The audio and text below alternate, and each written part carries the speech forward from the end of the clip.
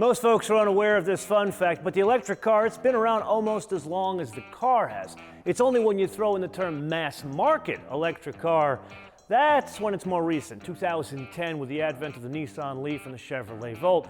So 11 years on, of course, we have electric crossovers. So it was bound to happen, the most affordable all-wheel drive electric crossover.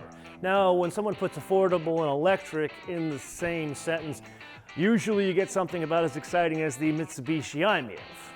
But when it's applied to something that's German and maybe not really affordable, but just affordable for its segment, does that mean a good thing or a bad thing?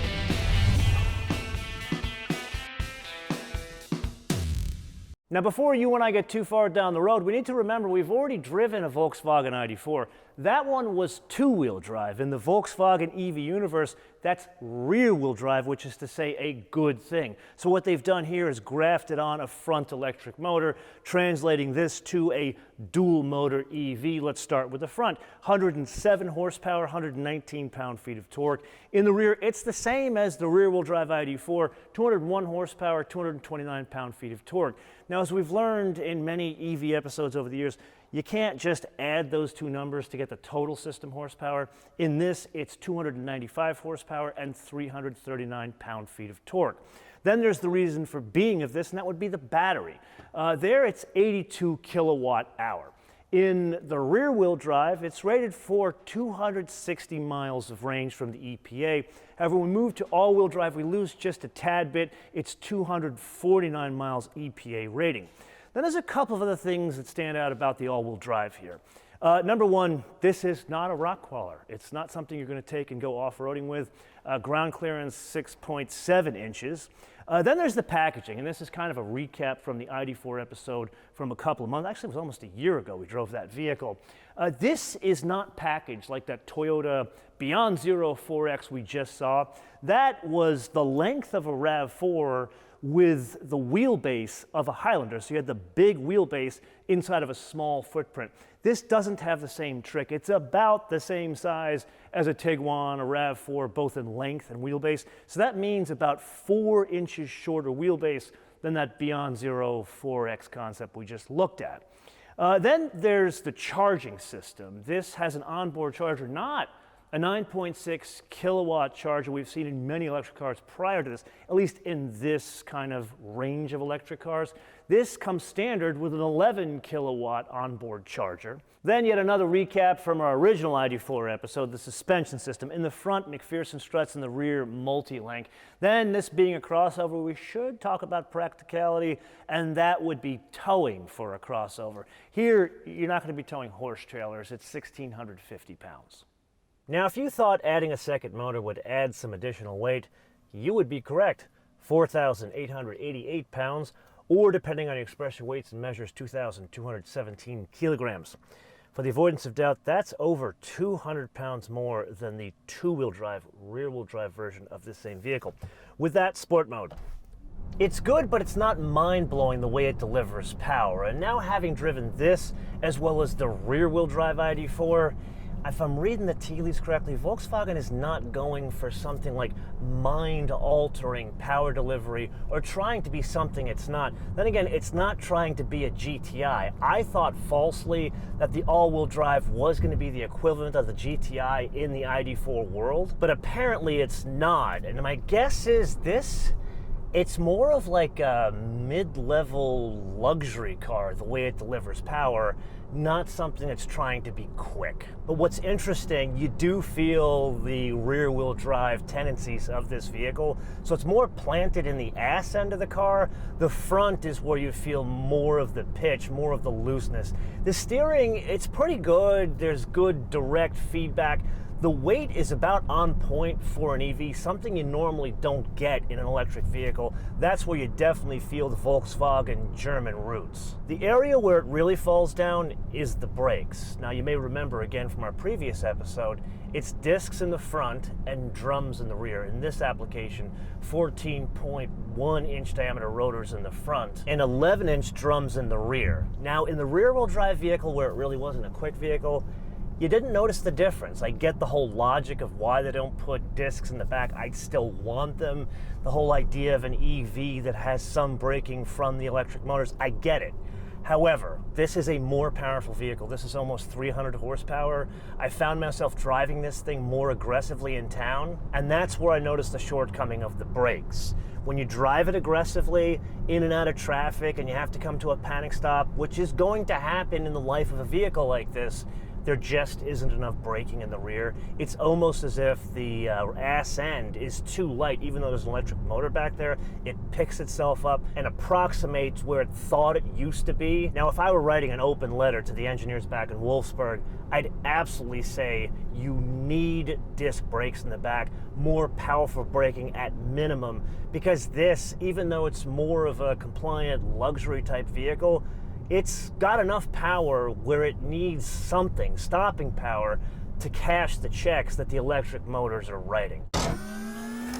Yes, it is indeed that time again to play your favorite game on the options game with today's contestant, the second Volkswagen ID4 you and I have ever driven. This one, all-wheel drive, that Volkswagen refers to as the most affordable all-wheel drive crossover EV on the planet, or at least in the US, for a base price of $48,175. Now, for the avoidance of doubt, this is not the most affordable one. This is the S, which has more stuff in it. The S adds things like the light bar in the front, which I have to admit looks pretty cool, the LED headlamps, the folding mirrors, the 12-way power seats, not 6-way on the driver's side, and then it's got some changes to the storage system back here, where they have a fold-down armrest you can put skis through, and the floor for the cargo system actually can be lowered, so there's different heights of the actual load floor.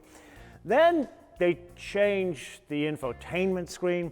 It's bigger, it's 12 inches instead of 10. We will talk more about the UX system a bit later.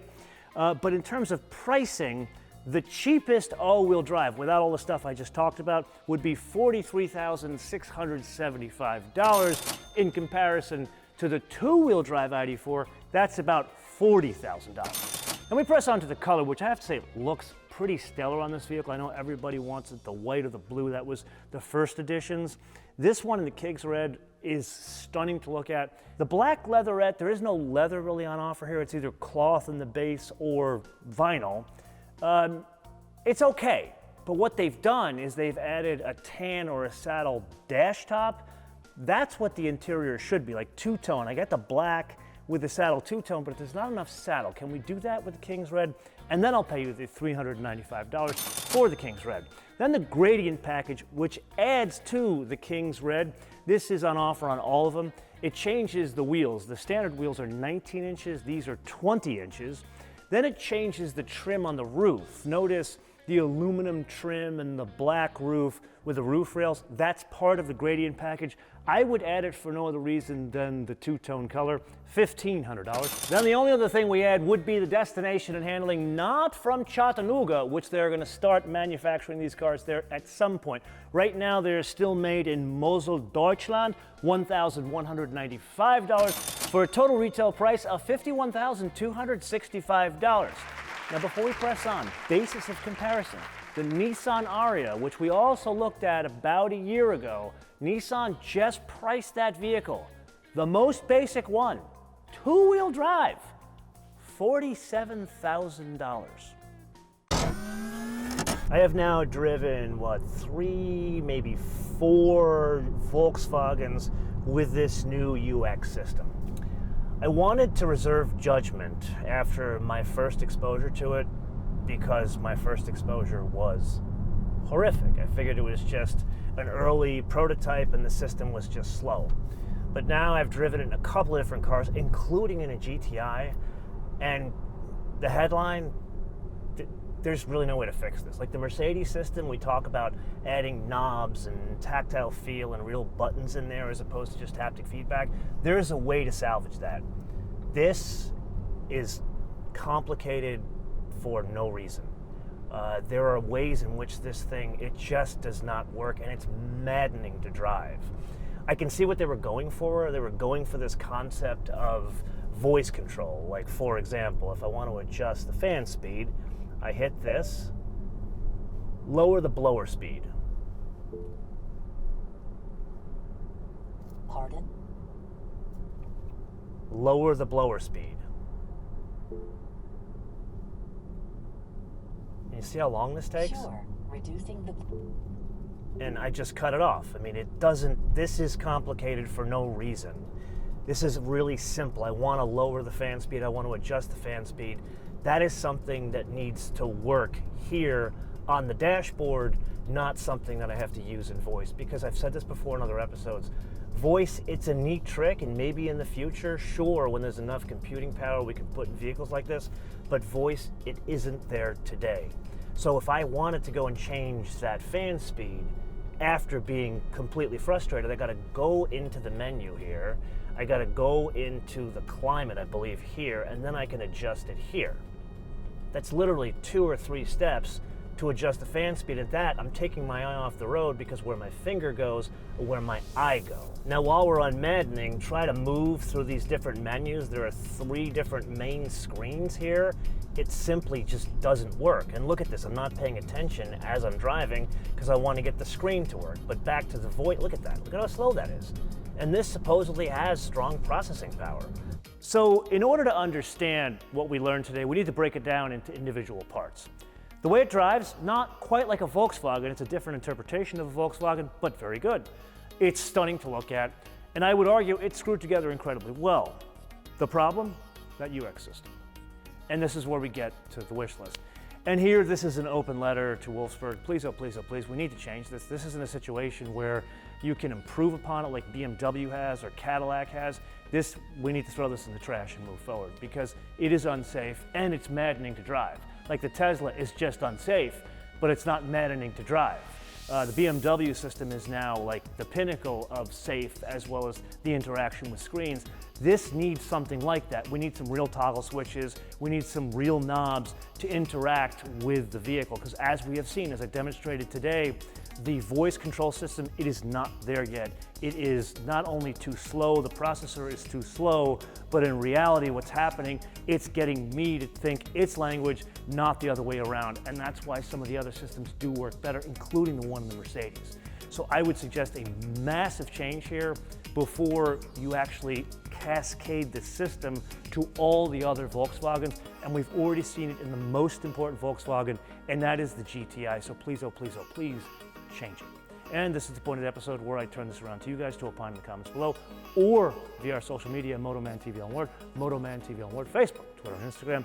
And with that, hopefully I have not been unclear about my feelings of this vehicle. And this is the point of the episode where I ask you humbly to help us with the algorithm. What does that mean? Yes, subscribe, notifications, but more importantly, click like and share these episodes with all your friends on your socials. Till I see you in the next episode, bis später.